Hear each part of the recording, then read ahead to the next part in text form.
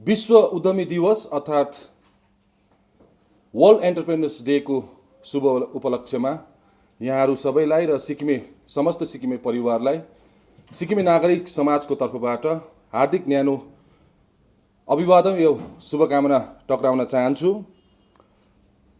र सिक्किमे नागरिक समाजको मुख्य संरक्षक श्रीमान छितेन टासीज्यू, अध्यक्ष श्रीमान भरत बस्नेतज्यू र कार्यकारिणी सदस्यहरूको अनुमति लिँदै आज वर्ल्ड एन्टरप्रेन्योर्स डे को उपलक्ष्यमा government of Sikkim department of commerce and इन्डस्ट्रिजले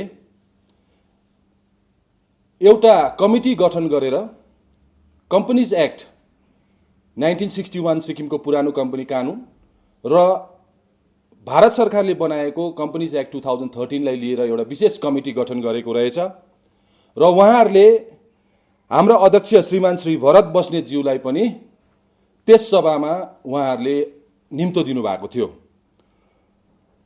हामीले निम्तो पाएपछि हाम्रो सल्लाह भयो, तर त्यो निम्तो पाउनेहरूमध्ये कुनै एक व्यक्ति, सरकारको ठुलो ओहदामा बसेको व्यक्ति जसमाथि चाहिँ attempt to rape, molestation, outraging the modesty of a woman, threat of life and violation of SC/ST Atrocity Act को आरोप लागेको मान्छे पनि त्यो सभामा एउटा गेस्ट बोलाएको देखेपछि सिक्किमे नागरिक समाजको अपमान हुनु हुँदैन भन्ने हेतुले हामीले त्यो सभा एटेन्ड गरेनौं। यो तपाईहरुलाई जानकारी गराउन चाहन्छु। तर भए तापनि हामीले सभा एटेन्ड नगरे तापनि, त्यो कमिटीको मिटिङलाई एटेन्ड नगरे तापनि सिक्किमे एन्टरप्रेन्योर्सहरुको र सिक्किमे उद्यमीहरुको पक्षमा हामीले विशेष केही कुराहरू कमिटीलाई आज मात्र हामीले बुझाएका छौं र हामीले के कुरा बुझायौं म यो संक्षिप्त रूपमा तपाईहरुसँग राख्न चाहन्छु। पहिलोमा allow the incorporation of companies under the registration of companies Sikkim Act 1961 and all law protected under Article 371F of the Constitution of India, which is yet to be repealed legally.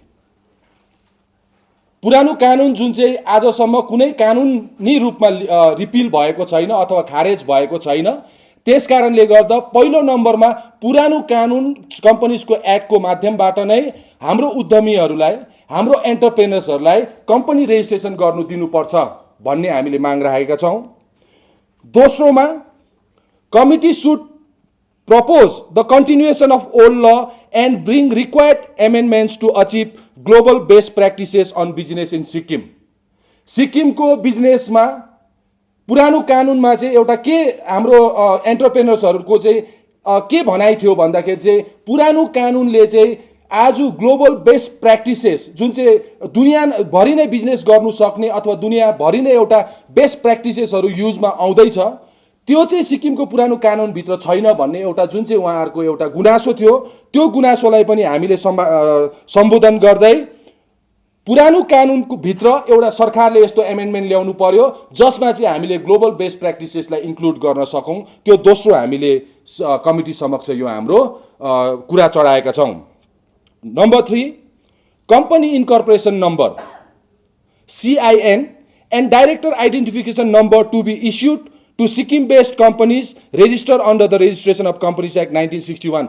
अर्को समस्या के थियो भने director identification number र company incorporation number, यो दुईटा number नहुँदाखेरि चाहिँ सिक्किममा रेजिस्टर भएको पुरानो कानुनको अन्तर्गतमा रेजिस्टर भएको जुन चाहिँ कुराहरू थियो त्यसमा चाहिँ यो कम्पनी सिन र डिन नम्बर नहुँदा चाहिँ समस्या हुन्थ्यो र त्यसकारणले गर्दा हामीले उहाँहरु समक्ष राखेका छौं कि कम्पनी इन्कर्पोरेसन नम्बर र डाइरेक्टर आइडेन्टिफिकेसन नम्बर पनि पुरानो कानुन भित्र जसको रेजिस्टर भएको छ उहाँहरुलाई इस्यु गर्नु भनेर।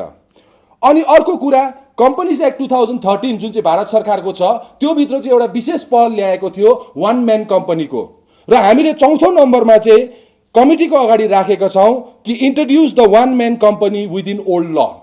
वन म्यान कम्पनी पनि पुरानो कानुन भित्रै एउटा एमेन्डमेन्ट ल्याएर इनिशिएट गर्नु, स्टार्ट गर्नु भनेर यो हामीले चौथो नम्बरमा यो प्रपोजल राखेका छौं। र 5 नम्बरमा global recognition of Sikkimese companies at par with the companies registered under the Companies Act 2013.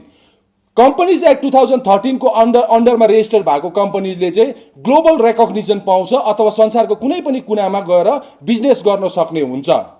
त्यस कारणले गर्दाखेरि सिक्किमको पुरानो कानुनमा चाहिँ त्यो व्यवस्था नभएको कारणले गर्दा हामीले यो 5औं नम्बरमा चाहिँ ग्लोबल रेकग्निसन सिक्किममा रेजिस्टर भएको कम्पनीहरूलाई पनि दिनुपर्छ भनेर आज वर्ल्ड एन्टरप्रेनर्स डेको दिन हामीले यो माग राखेका छौँ कमिटी समक्ष।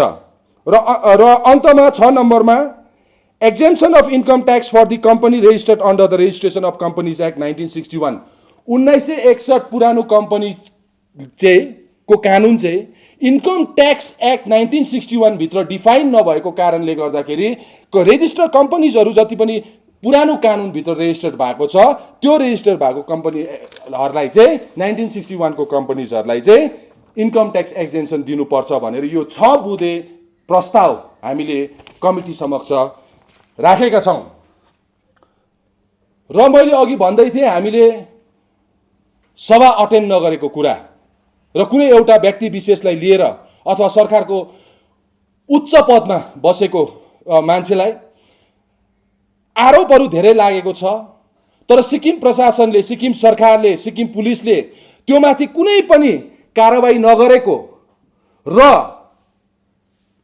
नागरिक समाजबाट चाहिँ सिक्किमे नागरिक समाजलाई प्रतिदिन दबाव हुँदै थियो कि यो कुरामा तपाईहरुले किन कुरा उठाउनु हुँदैन, यो कुरालाई किन अगाडि बढाउनु हुँदैन भनेर। र त्यसै कारणले गर्दाखेरि आज हामीले आज शनिबारको दिन बिदाको दिन हो, छुट्टीको दिन हो, तरै भए पनि सिक्किमको डाइरेक्टर जनरल अफ पुलिसलाई सम्पर्क गरेर हामीले उहाँको अफिसमा एउटा कम्प्लेन लेटर हामीले पठाएको छौँ। यो कम्प्लेन लेटरलाई म सरसरी पढेर सुनाउँछु र यदि कुनै ठाउँमा तपाईहरुले बुझ्नु भएन भने प्रश्न गर्न सक्नुहुन्छ। Respected sir, it is brought to our notice that an FIR was posted through speed post to SP East on 6 July 2021 after the local police failed to register FIR against the accused holding a high post in the government of Sikkim. The FIR sent through post was received by the Office of the Superintendent of Police on 9 July 2021. Copy of the FIR and postal receipt is enclosed herewith. It is shocking and surprising to learn that no action was initiated against the accused even after a lapse of more than 1 month. The allegations on FIR attracts cognizable offences ranging from attempt to rape, molestation, outraging the modesty of a woman, threat to life and violation of SC/ST Atrocity Act, whereby police should have immediately arrested the accused as it does not even require arrest warrant. In a peaceful and border sensitive state like Sikkim, it is unimaginable that law enforcing agencies are unable to take action against such a battery of heinous crime. The accused being a person occupying powerful post in the government, it seems that the law enforcing agencies are more on protecting the accused rather than imparting justice and upholding the sanctity of law. This incident has not only brought disrepute to entire police department, but it has also weakened the faith of common citizens towards police and law enforcing agencies. Thus, this letter is submitted to your good self, seeking justice and rule of law in the larger interest of Sikkimese people भनेर हामीले यसरी एउटा चढाएका छौं। र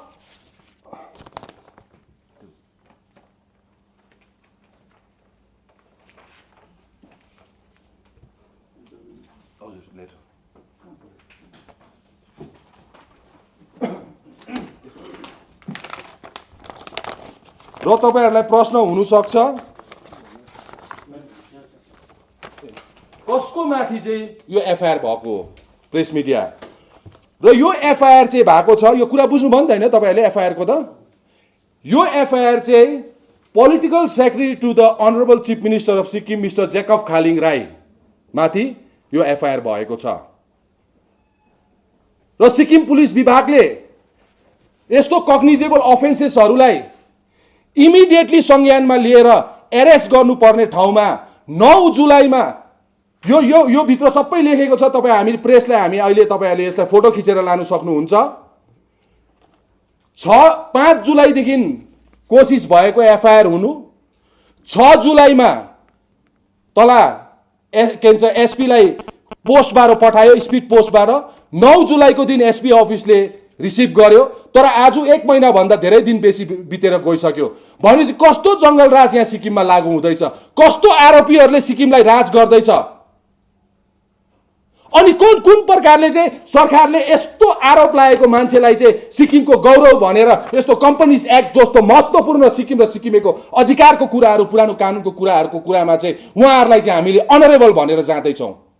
र त्यसकारणले गर्दा सिक्किमे नागरिक समाजको पक्षबाट हामी के माग गर्दैछौँ भने एउटै माग छ, सिक्किम क्रान्तिकारी मोर्चा पार्टी र सिक्किम क्रान्तिकारी मोर्चा सरकारले उहाँलाई पदबाट बर्खास्त गर्नु पर्यो। जबसम्म यसमा इन्भेस्टिगेसन भएर क्लियर हुँदैन तबसम्मको लागि चाहिँ यस्तो आरोपी व्यक्तिलाई सिक्किमको सरकारको टौके र टौकेको छेउमा राख्नु चाहिँ सिक्किम र सिक्किमे समाजको ठुलो अपमान हो।